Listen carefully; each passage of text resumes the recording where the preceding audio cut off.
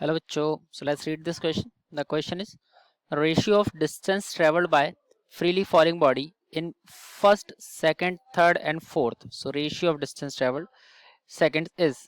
So the question is कि हमारे पास पूछ रहे हैं कि जो हमारा फ्रीली फॉलिंग बॉडी है अगर कोई, तो उसका पहले सेकंड, दूसरे सेकंड, तीसरे सेकंड और फोर्थ सेकंड में जो उसने डिस्टेंस ट्रेवल किया है उसका रेशियो कितना होगा. ठीक है, सबका रेशियो हमसे पूछ रहे हैं. सो लेट्स राइट आवर की कंसेप्ट हेयर.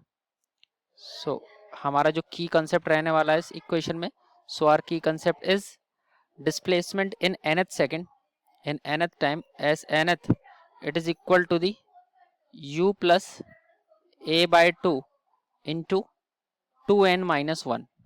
यहाँ पर n जो है वो हमारा कि किस सेकंड में हम लोग डिस्प्लेसमेंट पूछ रहे हैं वो है, u है हमारा इनिशियल वेलोसिटी, a हमारा एक्सेलरेशन है जो कि यहाँ पर एक्सेलरेशन ड्यू टू ग्रेविटी होगा, और बाकी हमारा ये जो n तो we have already discussed.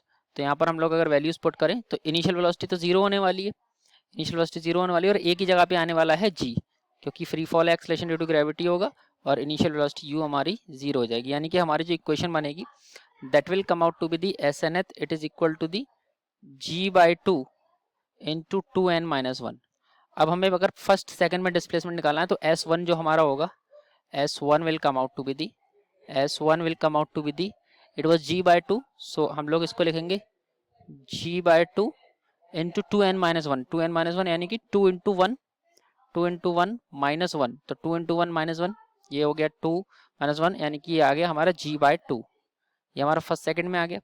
Second में जी हमारा डिस्प्लेसमेंट आएगा वो आएगा g by 2 डिस्प्लेसमेंट, और क्योंकि स्ट्रेट लाइन में ट्रेवल कर रहा है बिना डायरेक्शन चेंज किए तो हम उसको डिस्टेंस भी बोल सकते हैं. 2 into 2 minus 1, तो ये बनेगा हमारा 4 माइनस 1 यानी कि 3g बाई 2, 3g बाई 2. ऐसे ही हम लोग S3 करेंगे तो बनेगा g बाई 2 और ये बनेगा 2 इंटू 3 थर्ड सेकेंड में minus 1, so it is 6 minus यानी कि 5g बाई 2, और फोर्थ सेकेंड में हमारा S4 जो आएगा it will be the g by 2 into 4 minus 1 यानी कि 7g बाई 2, 7g बाई 2. तो अगर अब हम सबका रेशियो निकालें S1 is to S2, S1 is to S2 is to S3 is to S4, so it will come out to be the g by 2 is to 3g by 2 is to 5g by 2 is to 7g by 2.